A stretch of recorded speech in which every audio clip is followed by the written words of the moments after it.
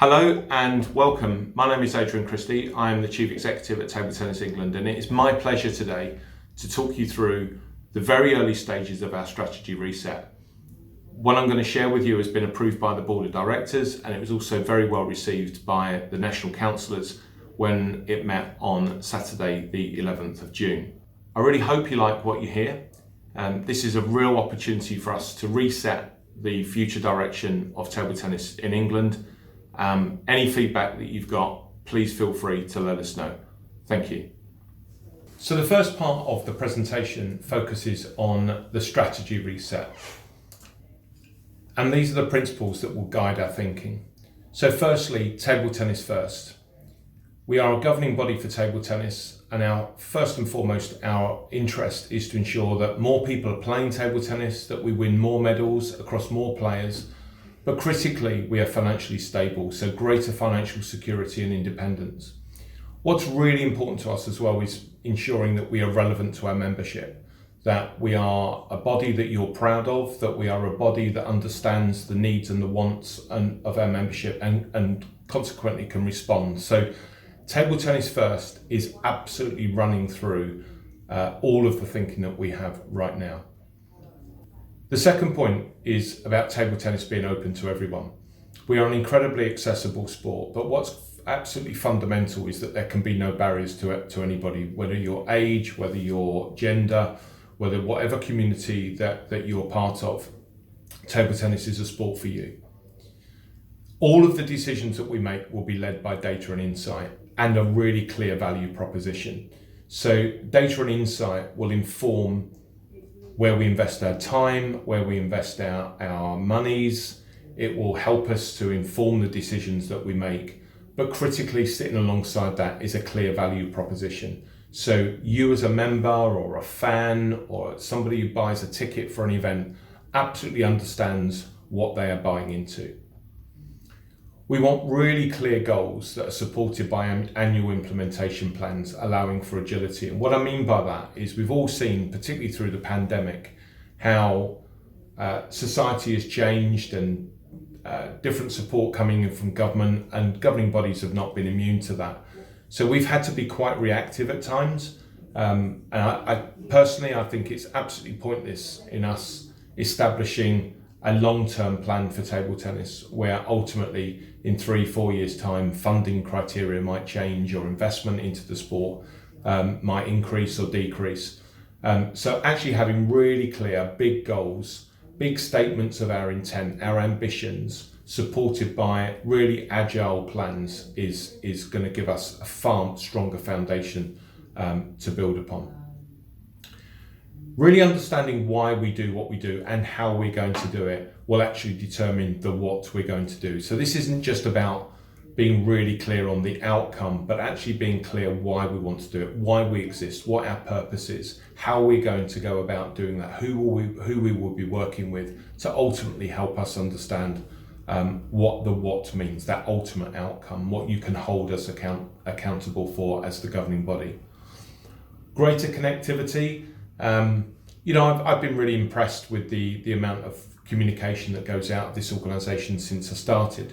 But that's largely around the formal side of the sport. We have over the net, which goes out to all of our members. We've got some pretty good communication that goes out through our social channels and the use of our website. But getting closer to the membership and being more specific to the membership, so really being able to respond to individuals' needs and a far more targeted basis is really important. But also the informal side of table tennis is vital for us. So we have around about 400,000 people that play table tennis in a recreational capacity at least twice a month. That's a lot of players. The reality of it is we don't really know who they are. So again, that connectivity and finding the mechanism, having the digital tools to be able to connect with that informal side of the game and connecting it with the formal side of the sport so that we grow together is really important. It's a journey, not a sprint. There's some really, I hope you'll find some really interesting actions in what I'm about to share with you. But it's not going to happen overnight. It is a journey. Part of our determination going back into using data and insight will help us actually understand what our priorities are. So not all of this is going to happen overnight. We will all have to be a little bit patient at times, but ultimately we're going to get to the end of that journey.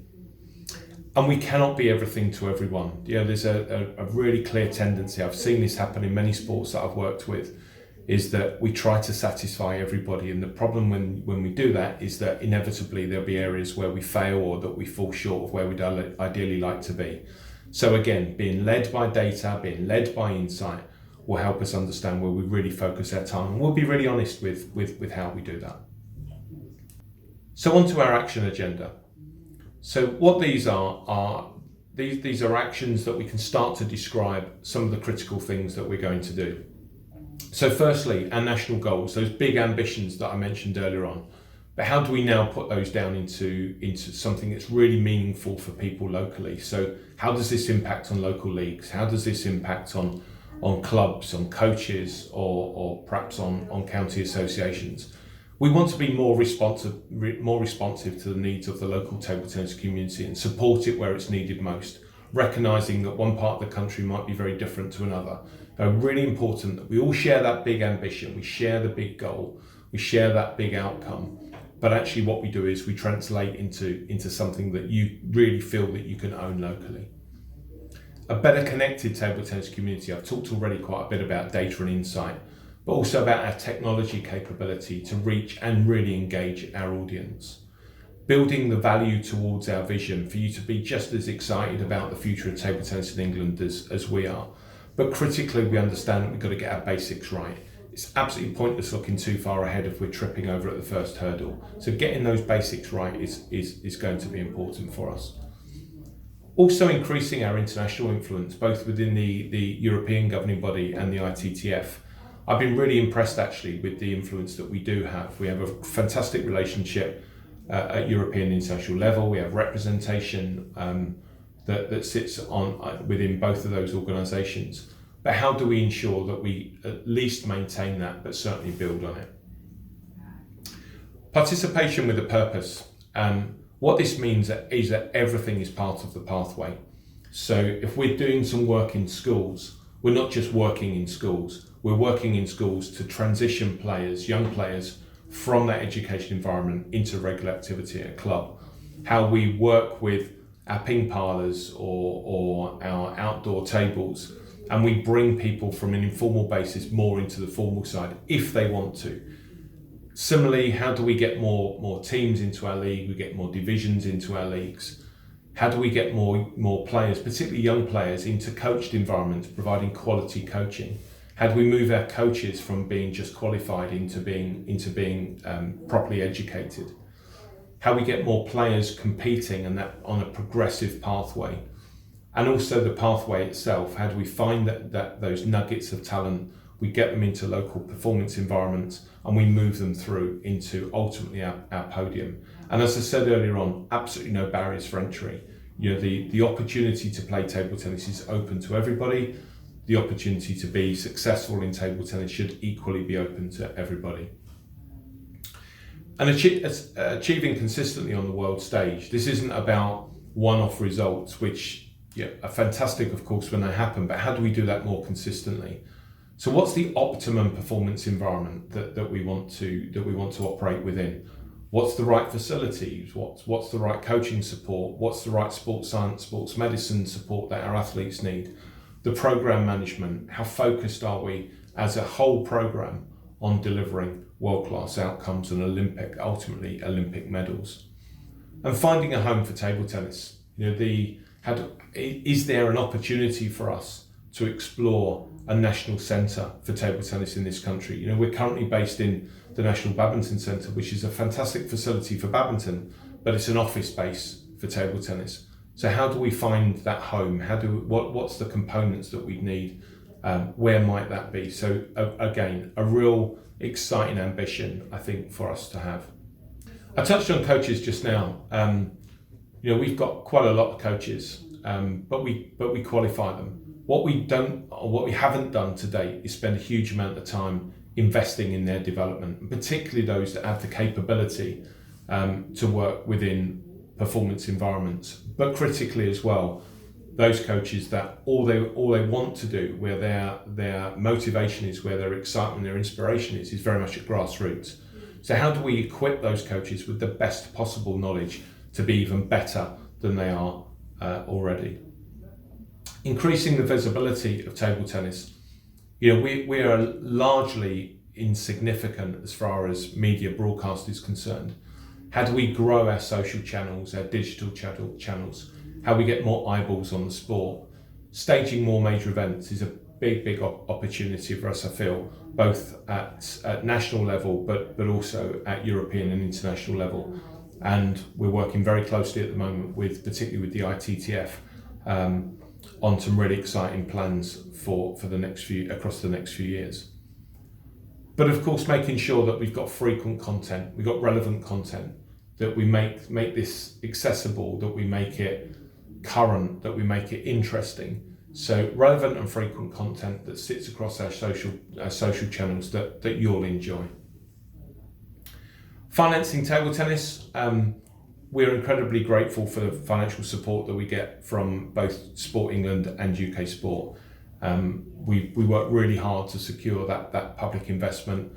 We're really obviously very conscious of the pressures on the public purse. So we have an obligation to ensure that we deliver against the outcomes that we've agreed with both our funding partners. And we want to maximise that. We want to demonstrate that we're a governing body that is fit to hold public money.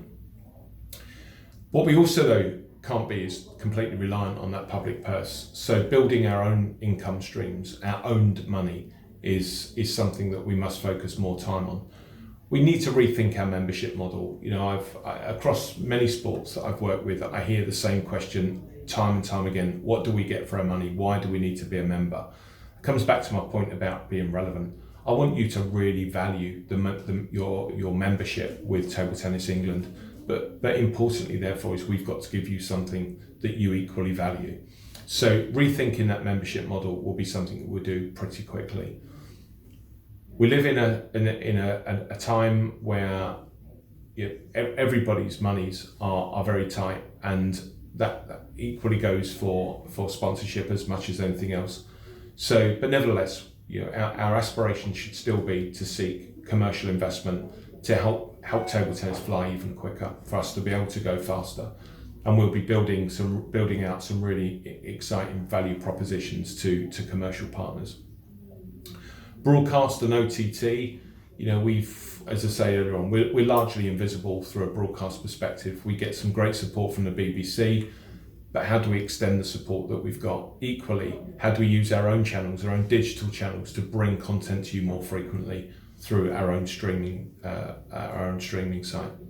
And ticketing, if we're going to really attract some more major events, as I've just mentioned, then clearly we need to get a ticketing strategy that enables more and more people to come and see our wonderful sport live.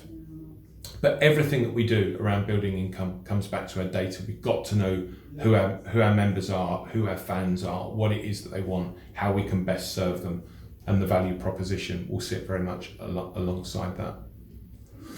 And then the final point is us being a high-performing governing body. The culture of the organisation, the clarity of purpose. What is it that we really stand for, that we really want to achieve?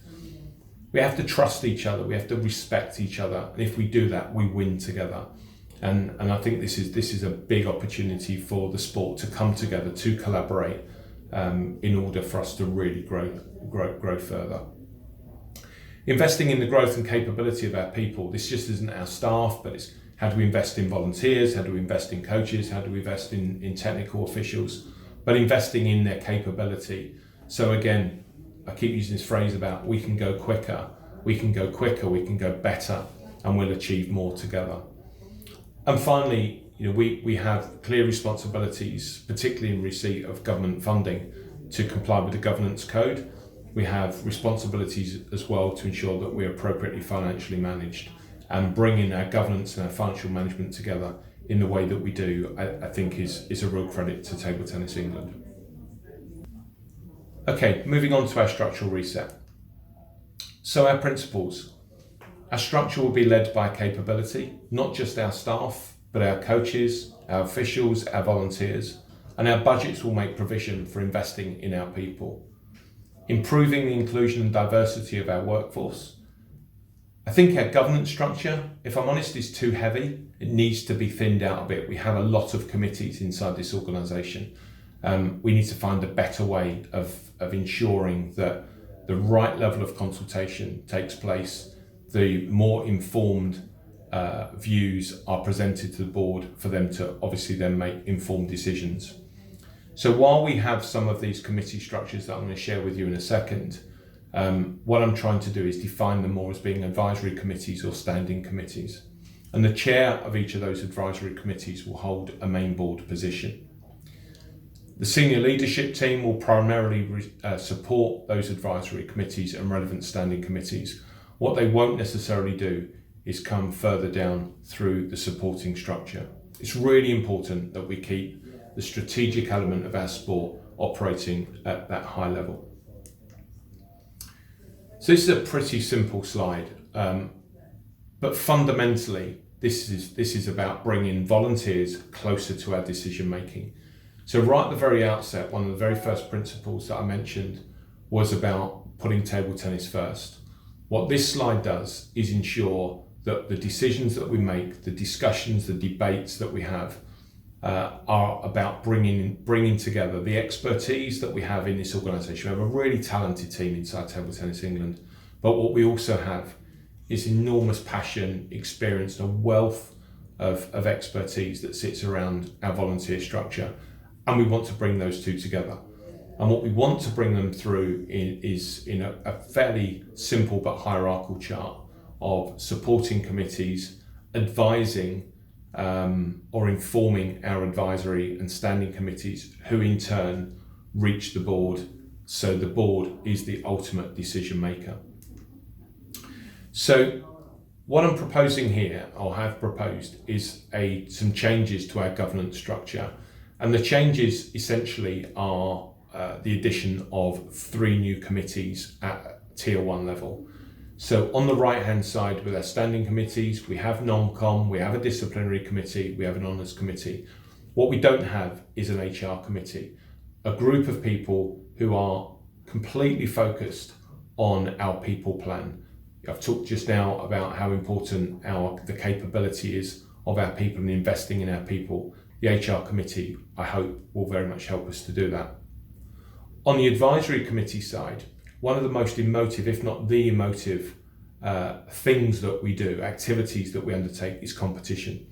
We have a lot of competition. It engages hundreds and thousands of players, but actually it has no direct voice into the board. So the competition committee will allow for that to happen. Again, bringing together the executive expertise and talent that we've got with really knowledgeable and passionate volunteers who can help us to restructure and deliver our competition outcomes. Equally, we have no development committee inside the organisation, so we're responsible for about £10 million of public money, and what we want to be able to do is to ensure that, whether we're talking about clubs or local coaching or whatever it might be at very much a local level, that's given a really good airing, again with our development team staff and with our volunteers, and again ultimately we bring that through into the board. And just using the Tier 1, the advisory committee structure, this is what I'm calling Tier 2. So below the dotted line is really where we've got an opportunity to rethink what that deeper structure looks like, what I'm referring to as our supporting committees. We have some that sit underneath some of these main committees already. Do we need them all? Do we need them to behave differently, perform differently? Do we need to review things like terms of reference for them? Do we need to review the composition of them? But fundamentally, the getting Tier 1 right, and for Tier 1 to then start to think about what its support is needed, or what is needed, is a great opportunity for us to rethink and as I said earlier, potentially thin out some of the committee structure. So, and part of the reason for thinning it is just so we can make decisions quicker.